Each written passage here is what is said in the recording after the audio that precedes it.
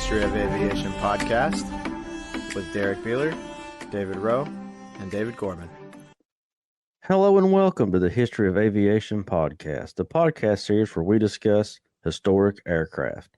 I'm Derrick Beeler. I'm joined by co-host David Rowe and Dave Gorman. In this episode 31, we will be discussing the MiG-23. The MiG-23 is a variable geometry fighter aircraft designed by the Mikoyan-gurevich Design Bureau in the Soviet Union. It's a third-generation jet fighter alongside similar Soviet aircraft such as the Sukhoi 17 fitter. It was the first Soviet fighter to field a look-down, shoot-down radar, the RP-23 Sapphire, and one of the first to be armed with beyond visual range missiles. Production started in 1969 and reached large numbers with over 5,000 aircraft built, making it the most produced variable sweep wing aircraft in history. The MiG-23 remains in limited service today with some export customers. From his studio near Bristol, Tennessee, Mr. David Rowe. How's it going, David? Doing very well. Glad to be here, guys. Good to see you virtually this time, not in person as in last time. But yeah, doing great. Busy times at work. Just finished a big NASCAR race. I've got a big drag race this weekend, and we have a Country Thunder concert next weekend. So I am busy cleaning up, and putting out. So fun times for me. From his studio in Knoxville, Tennessee, Mr. Dave Gorman. How you been, Dave? Hey, doing great. Everything is going well. Really enjoyed our last episode over at the Tennessee Museum of Aviation. And it was good to be with you guys for that period of time, and sure loved spending time with Neil Melton and the gang over at the museum. Things are well. I enjoyed looking at pictures of all the things I missed at the airport today because I was working, but it looks like they had another good day of spotting out there in Knoxville. I'll hopefully be over in Crossville on Saturday for an event at the airport, and looking forward to getting some pictures. I know there's some commemorative Air Force aircraft and some other things that are going to be out there on display, and maybe doing some flybys and things like that. So not an air show, just a fly-in type of event. So looking forward to that. But otherwise, things are great.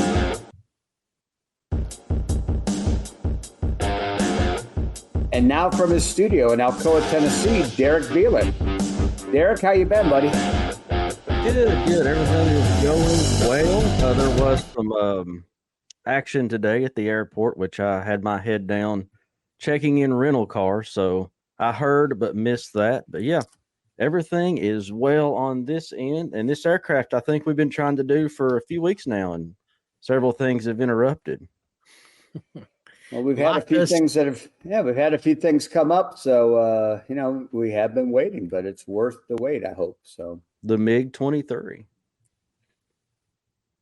Yeah, it's been in the news lately for not such good reasons, but so everybody should have heard about the MiG-23 that went down in Michigan at the Thunder Over Michigan show. So it's on everybody's mind, so it's a good time to kind of discuss a little bit about the history of where this aircraft came from. And it is one of those aircraft I never thought I would see in real life, in person, other than perhaps in a museum. Was absolutely thrilled to see 15 or so years ago that there were some that were out allegedly on the air show circuit, and they kind of came and went, and they never got close to where I was. When I saw that there was going to be one potentially up at Oshkosh that had just come online in the U.S., I was so excited because you like to see things you've never seen, and my gosh, a MiG-23, the legendary MiG-23. So. There was a lot that I thought I knew, and doing some research for this show, I found out some things that are not surprising. Cold War propaganda being what it was, I thought this plane was an incredible aircraft, and now it's just a pretty good aircraft. I think some of the performance is not quite what I think I thought it was supposed to be, which was probably a good thing for our guys. But still an extremely impressive aircraft. And as you mentioned, unfortunate loss of that particular aircraft back in August up in Michigan. I was lucky enough to see it a few weeks before then, and it was so impressive. And I know the pilot survived, and he owns a few others that hopefully may find their way back online and in the skies over air shows in North America soon. Yeah, exactly. I was listening to some American pilots who flew this plane as adversary planes to our military guys, and it's a different kind of airplane. It's obviously built in Russia, so they have a different design philosophy than we do. So their planes are harder to maintain just because they're not the way we maintain. So it's a job to keep these planes in the air, and I think it's a learning curve that they're going through right now, and hopefully they get it all figured out, because I would like to see one flying, especially with that gigantic afterburner blowing out the back, because this thing really produces a lot of power. It sure does. And when I think of Soviet fighter aircraft, I always think about lots of power, because these things are brute force machines almost exclusively, it seems. And especially in the 60s, 70s, 80s era design fighters, they didn't care whether they were perfectly aerodynamic or smooth on the outside. They'd have things hanging off of them and intakes and different types of sensors that might be up into the air, slipstream or whatever. But a big honking engine back there to push through all that kind of stuff. And this plane certainly looks fast and sleek. It's a big plane. It's a single engine plane, which I until I saw it, I think I thought it was just a two-engine plane, because it looks big enough for that. The one that we saw in Oshkosh, the one that crashed, was a two-seater, and it's an impressively large plane. Watching it taxi by, watching it fly over, you're just it's a variable wing aircraft, as I mentioned in the intro, and just fascinating. It's like I said, I never thought I was going to see one. Well, interesting you mentioned the size, because this aircraft was sort of designed with the F-111 and the F-4 Phantom in mind. That were its contemporaries at the time. So the Russians were building aircraft similar to what we had. So you get similar size aircraft there. Also the F-14 with the variable sweep wing. So, they were taking elements from a lot of our things and incorporating it into this aircraft. And you were talking about the knowledge of what we thought it could or couldn't do. You always thought this was a MiG, so it was like a big 17, tight turning, big dogfighter, and this not what this aircraft is. That gigantic engine, it's an interceptor. It can get up off the ground in a hurry, go fast, go high, but it does not turn in a circle very quickly. So that's one of the things that was a mystery to us until we got our hands on it, that it's a great interceptor. It's a good bombing platform, but it's not necessarily a turn and burn fighter. We had that experience many times where we were able to test some Soviet aircraft and kind of figure out the faults of them. And not knowing was a very powerful thing. So your adversary, seemed like maybe they could do almost anything. And then when we put some experienced pilots in a plane like this or some other planes and found out what the limitations were, that certainly helped the confidence of our pilots. But, you mentioned the F-4, the F-14 Tomcat, and the 111, the Aardvark. From just beyond the pilots, just beyond the behind the cockpit forward, it looks a lot like an F-4. It's got those those cheek intakes. Exactly. For the engine, and the single cockpit or dual cockpit. It's not tandem. It's not side by side. It's one in front of the other. That is tandem, isn't it? Sorry, it's not a side by side cockpit layout like the F-111 was. Right. But it really does kind of have that 60s, 70s, 80s feel for design, which is good because that's when it came out.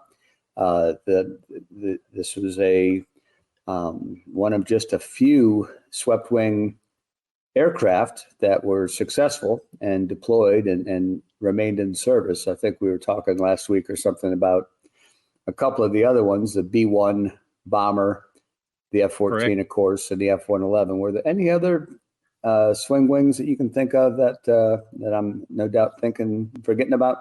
Oh, I want to say China had one that was a swing wing. Maybe it was not in production. I think they flirted with it, but names or numbers escape me at the moment.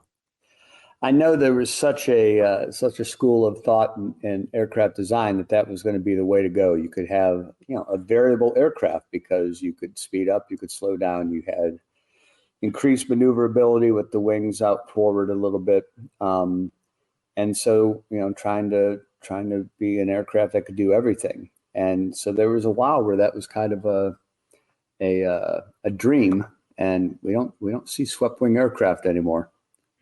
No, I think technology has bypassed that kind of technology that with other things that can compensate for it. Speaking of this aircraft, when it was in the design phase back in the early 60s, there were actually two avenues that the Soviet Union was exploring. They were looking for a short takeoff and landing version and a swing wing version. So they actually were building two simultaneous jets for this MiG-23 designation. What was it? The STOL version was called the Faithless, and the swing wing was called the Flogger, which is ultimately what they chose.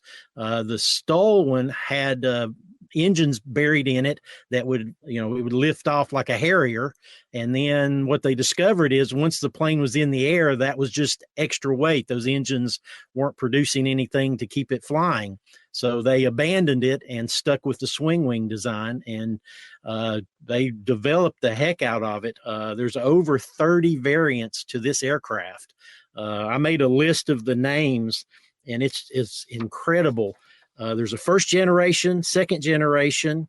They even built a ground attack version of this, but it's like the MiG-23S, M, MF, MS, MP, I mean, it goes on and on. Wow. There's a lot of variations to this aircraft. It's well developed.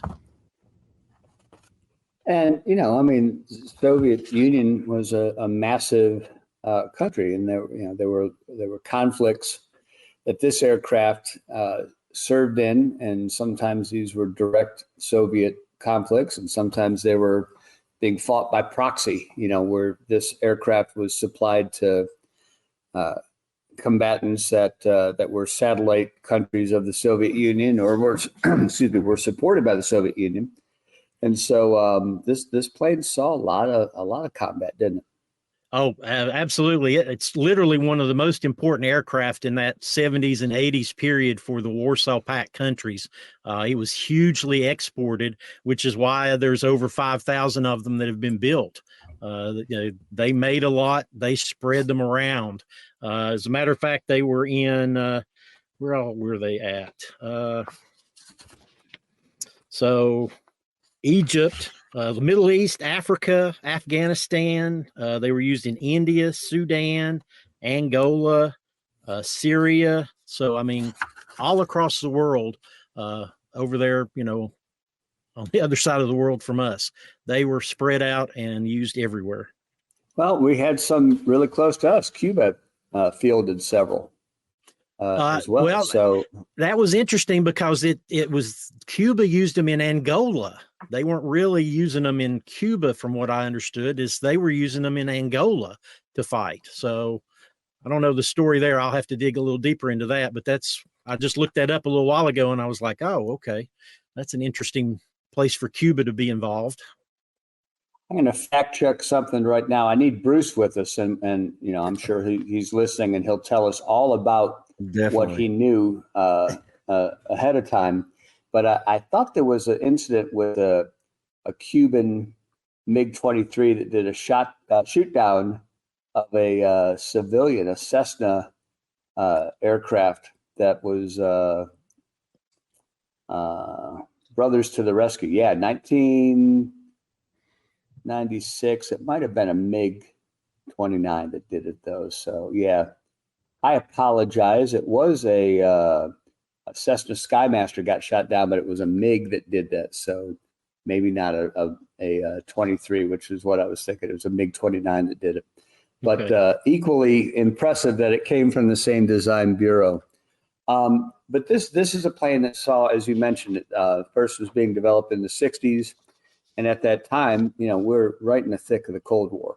And there were great advances in U.S. military and spending in the U.S. military. But the Soviets were doing all they could to keep up with us technology-wise and very active in trying to counter whatever advances the Americans were making. They needed to have that as well. We were fighting in Vietnam, and so our aircraft were being tested and improved. And Russia was doing the same thing because they were supplying some of their fighter aircraft to the Vietnamese Air Force. Did you see where the MiG-23s that were used in Vietnam? You remember seeing that, Dave? No, I did not see that. I didn't think that they used them ever. That it actually was, it kind of missed the Vietnamese Vietnam War. Yeah, I think it was a little late to being developed, but I didn't read anything regarding it. But you have to know that some of the things that our aircraft were going through, those losses were studied, the tactics were studied, and things were being used to improve training and also instrumentation, engine, all that kind of stuff for the flogger. Oh yeah, absolutely. Did you read anything about constant peg? Speaking of the training aspect of this. I thought that was some of the most fascinating stuff because there was a lot written by pilots who, they were American pilots who were flying in some cases, I suppose, captured MiG-23s. Some of these were delivered by countries that had flown them and no longer were hostile to the U.S. I saw a sad footnote after the crash in Michigan of the MiG that the last time one crashed on U.S. soil, it was, I think, in the constant peg program. A Air Force, maybe a colonel or something, was killed while flying one. He was not. It just got away from him. But we've had our hands on this plane for a long time and evaluated it, tested it, figured out what the strengths were and what the weaknesses were, and that went into the training of our pilots who were most likely to encounter this aircraft. That's exactly what the pilot that I was listening to the interview was saying. Was the whole point of that aggressor squadron, bringing this aircraft out against today's, this was in the 1980s and 1990s, to let those pilots see this aircraft for real. So like in Vietnam, when, a MiG would show up, the pilots would get overly excited because they hadn't seen one before. And so they weren't using their tactics properly. And the whole point of constant peg was to say, here's the aircraft you're likely to go up against if we face off with the Soviet Union. Here's what it's capable of. Here's what you can expect, what it won't do. So it was basically just, you see it, now you've seen it, now you know what it can't do. So rely on your training. Here's the things that you can do against it. Here are the things you can't do. It's just, information. It makes you a better pilot because we've seen the actual plane up close and in person. But it seemed like some of the things that we discovered, there really were some serious maneuvering limitations. Yes. In dogfights, in head-to-head type things. The 23 could not hold a line at when it was flying fast enough. It would start to the yaw would kick in. It could lose depart controlled flight, trying to turn. There were some serious limitations. So those were all things that, as you say, that knowledge as it entered U.S. training, and I'm sure we were sharing it with other countries around the world that might encounter the MiG-23. As that type of information entered into our training, it had to give our pilots a real boost in terms of knowing those limitations. And like you said, they fly within the abilities of their aircraft and know the limitations of the adversary. There was a guy that I thought was fantastic. This guy, Marty Macy, was commander of the 4477th Test and Evaluation Squadron. And he said, we taught the guys that if you were defensive with the flogger right behind you, then you were automatically offensive, because even the worst pilot in the world would be able to deny him the shot. So that was the things that they would find out. He said you would turn, he would try and turn with you, but he would never be able to turn the same corner as you. So as long as you maintain the advantage, you were going to get yourself back into an offensive position and take them out. So don't consider yourself defensive, just fly your plane, maneuver. He can't keep up, and before you know it, you'll turn him around and you'll be on his tail. Well, exactly. The flogger was meant to be a zoom and climb attack, sort of like what the Flying Tigers did with the P-40. You know, it wasn't as good a dogfighter as the Japanese aircraft, so they would zoom in, make an attack, fly off, climb up, turn around, and come back. That's exactly what the flogger is intended to do. It's a high speed. It'll be on top of you in a hurry, can get away from you in a hurry, go out, turn around, and come back. So it's the tactics. You've got to use the tactics that suit your aircraft. And the flogger is, I was reading at some point that it could do a massive loop that would be 4 miles high in a circle, and that other jets just couldn't keep up with it. It had so much power that he could just zoom up and do a gigantic loop and lose you. So, you know, you can't chase him, but you could outturn him. So, you know, use your aircraft to its, best abilities. That's important. And, you know, the good thing is we weren't having to figure this out based on failed combat. We had several examples that we were testing full time back in the U.S. Yes, exactly. Yeah. You were mentioning about the high speed of the flogger. What did you find the reported top speed of this plane? I read that Mach 2.4 was sort of considered the top speed, but I did read somewhere where if you put it into a dive, it could easily get to Mach 3. So very, very fast aircraft. Wow. Very sleek. That's incredible.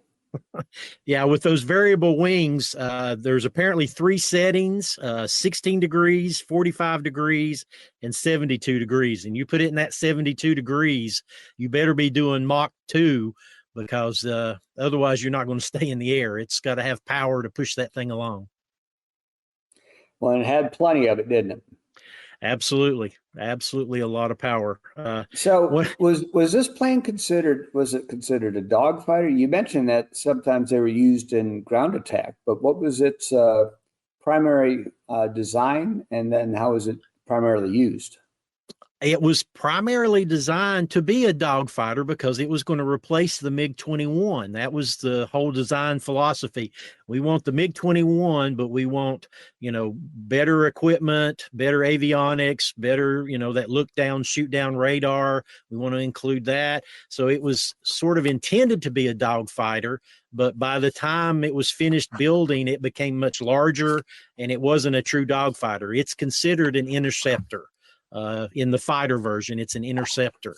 But yes, it was a bombing platform as well, and apparently a fairly good one, because they was it the 29 that they turned into, or the 27. The MiG-27 is basically the same design, but it's a dedicated ground attack version. So the 23 and the 27 are like brothers. They're very similar, but one's dedicated ground attack. So it's got a lot of hard points. It's got 6 or 8 hard points, can carry nearly 4,000 pounds of missiles, bombs, or combination of. So it's quite capable of carrying a good load. Obviously, it slows it down with all that slung underneath it, but at the same time, it's capable of carrying that kind of weight. And that's the thing. This plane did not have an internal bomb bay, I don't believe, right? Not that I'm aware of. No, it was all external. Everything was hung outside, and that's a difference with the F-111, which did have a internal bomb bay, and they also had the ability to hang things outside, but they could carry some inside as well. Right, that's correct. Were there any pilots that became an ace in this plane? Did you see? I was looking for that and could not find a record of that. No, I did not find a whole lot of details about pilots of the MiG-23. There were different operations that the MiG-23 was involved in, but it didn't really go into personal, who had X number of, shoot downs or what have you. Okay. I didn't see that either, but I know that if there was a popular airplane, and I'm sure for some of those satellite countries, they were feeling like they were in high cotton that they had such a hot fighter that was being exported to them and provided to them. Well, speaking of export, one of the interesting things I read was we've been talking about this, super huge engine, so much power, so fast. One of the things about the engine that was interesting, it was only good for a couple of hundred sorties. So, it required frequent replacement. And that was actually intended by the Russians because after you used them for about 150 hours, you had to replace it. So who do you get your replacement engines from? The Soviet Union. So it was a way to, have your export countries come back to you and buy more parts for the jet. So it was kind of a money-making scheme that they had is we'll sell you this jet, but in 150 hours, you're going to have to buy a new engine for it. Yeah, kind of built-in planned obsolescence there, huh? Yeah, exactly.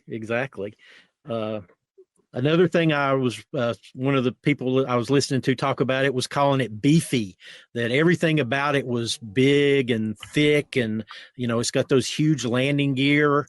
It's one of the interesting things is it has brakes on the front landing gear, which is an unusual thing. Most aircraft don't have brakes on the front, but this aircraft was always intended to be used at the front lines. So unimproved runways, they could land it on the Autobahn or something. It's the Russian idea is you want a tough airplane that can pretty much land in a field if you need to.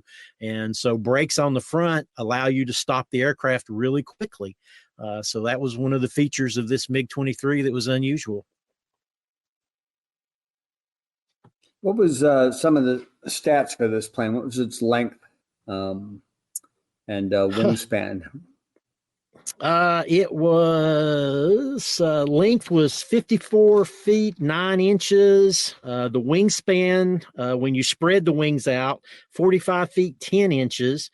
When you sweep them back to that full 72 degrees, they're only about 25 and a half feet. So you're losing 20 feet of wingspan by that swing. Goodness. The height, yeah, that's a lot. You think about it, that's a lot of wingspan that disappears. Your height a lot of engine to push it through. That's for sure. Exactly right. Height was 15 feet 10 inches. The weight of the aircraft is 32,700 pounds. So it's a hefty little guy. So they did have. Oh, go ahead. No, I was going to say it carries about 1,100 gallons of fuel internal, and it can carry external drop tanks as well to extend its range. Now, the one that we saw in Wisconsin, the one that crashed, was a 2-seater. Were there operational 2-seaters, or were those just traders? As far as I know, those were just strictly for training. I don't know that they were actual. That's what I'd read. Yeah, I think that's what I read as well.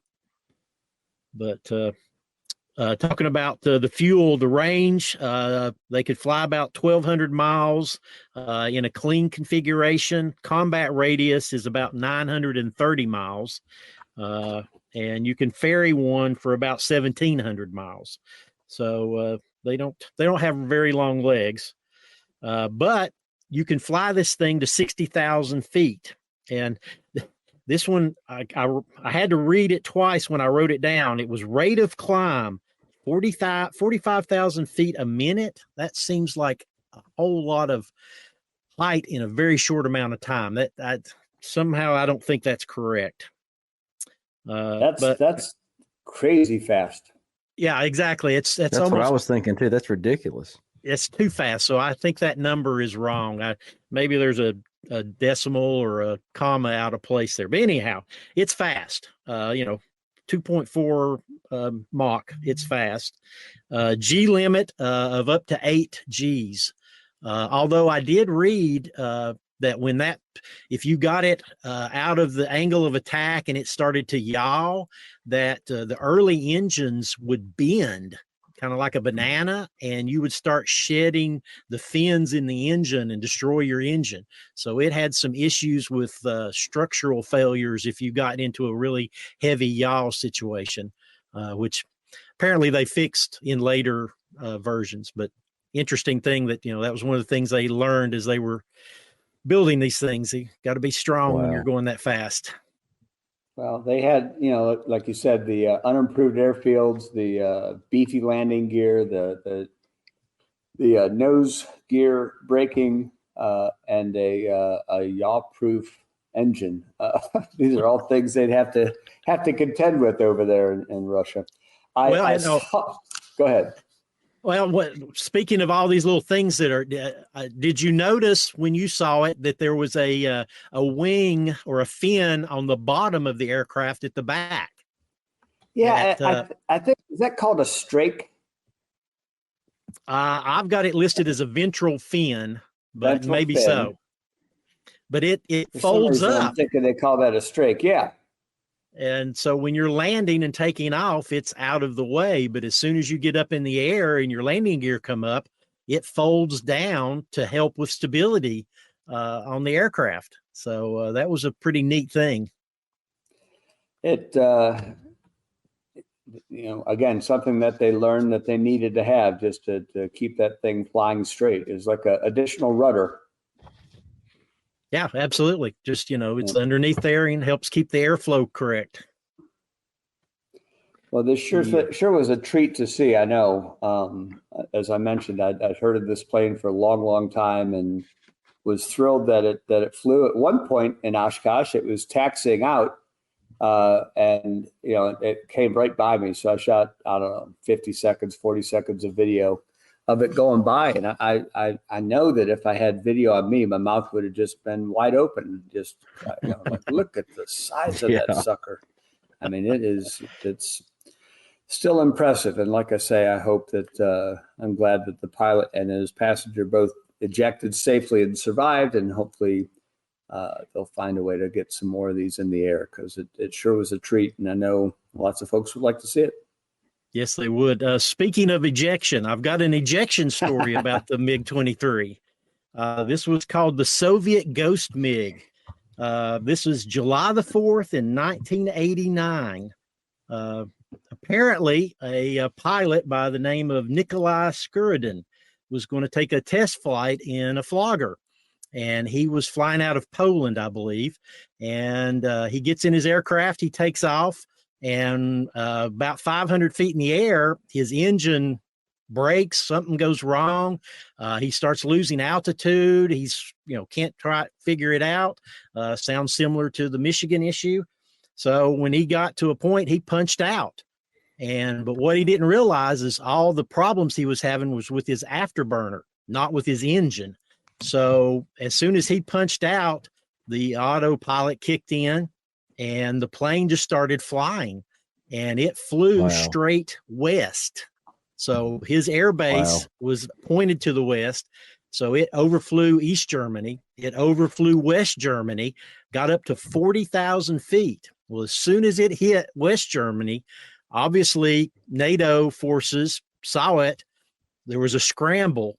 And at an American air base over in Europe on July the 4th, they're having a barbecue party. The scramble alert goes out. So they go out, and 2 F-15Cs go up and chase it down.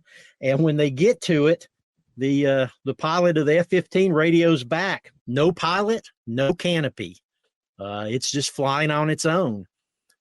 And Unreal. So, exactly. So the question is, what do? Do we shoot it down? Well, no, it was over Belgium by this point, and Belgium's pretty well populated. So they thought, we'll just let it go to the North Sea and shoot it down. But it ran out of fuel. Like I said, it didn't have very long legs.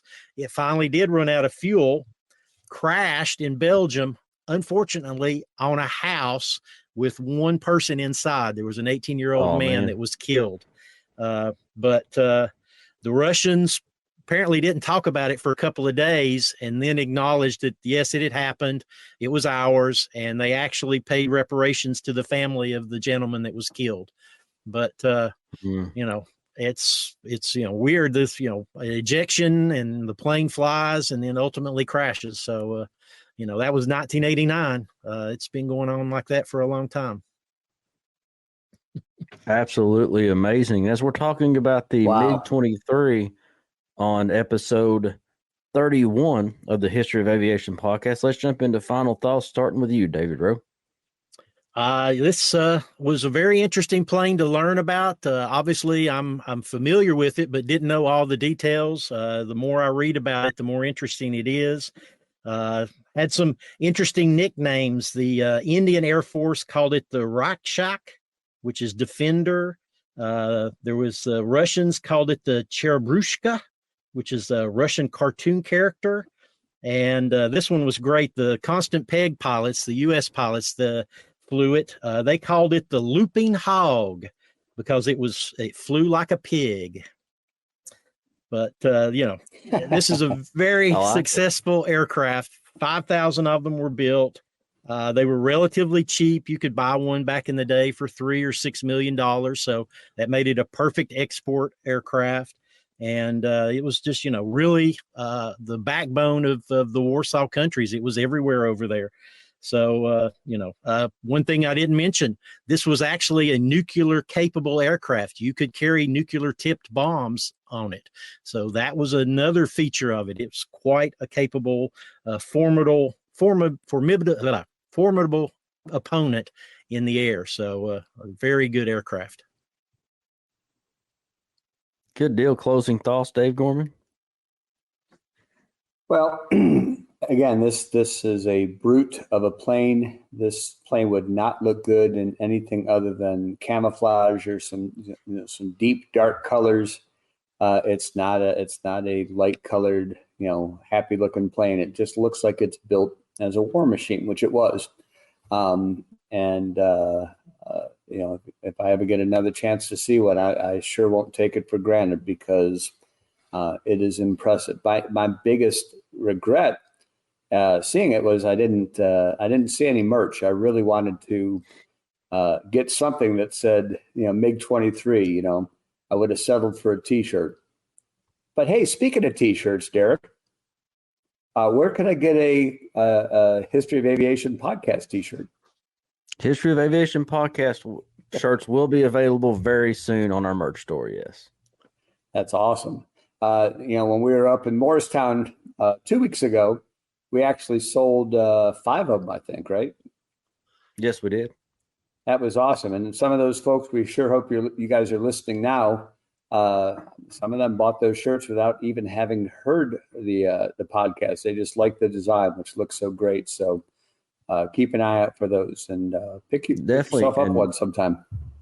And speaking of Morristown, Tennessee, Karen Hughes from the EAA chapter up there is going to join us next week on the show. And fantastic.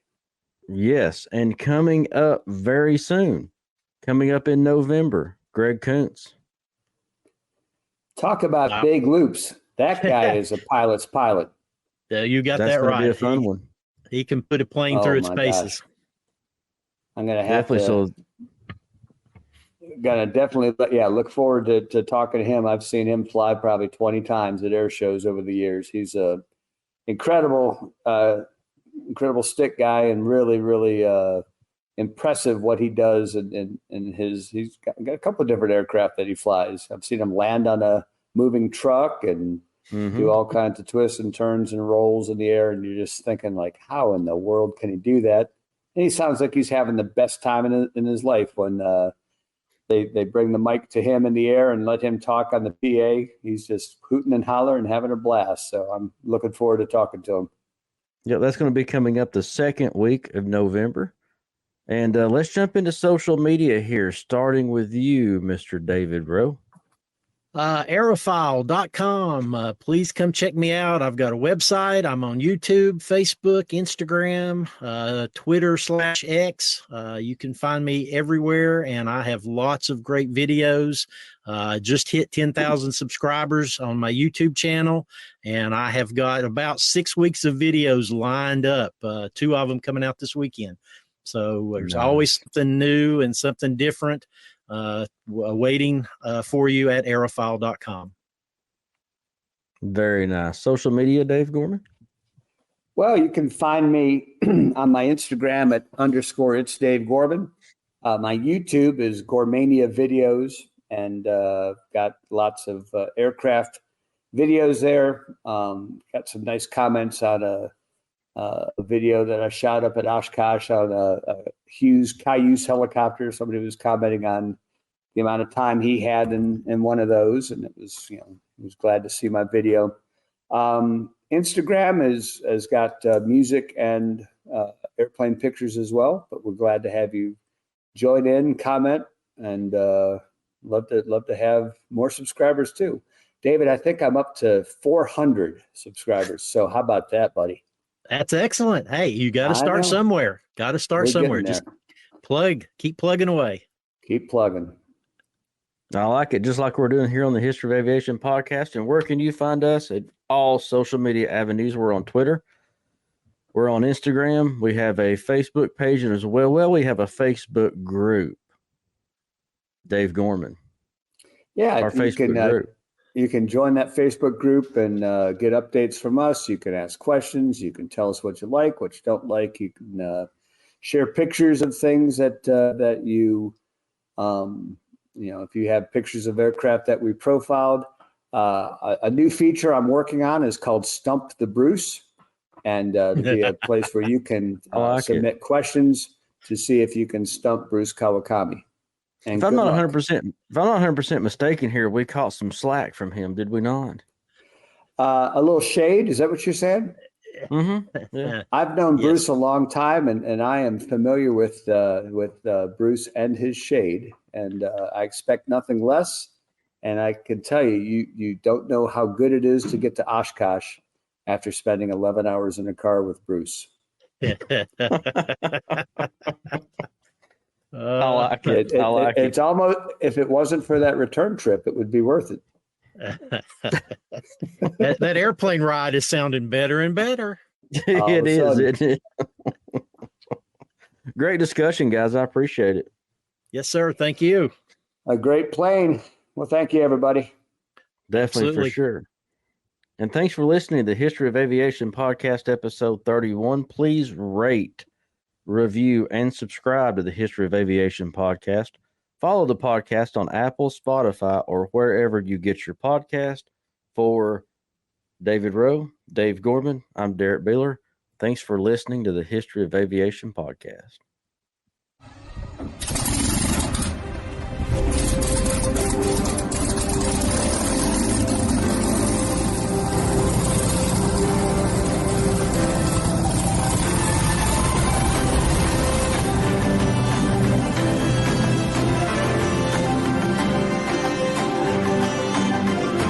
This is Joe Morse.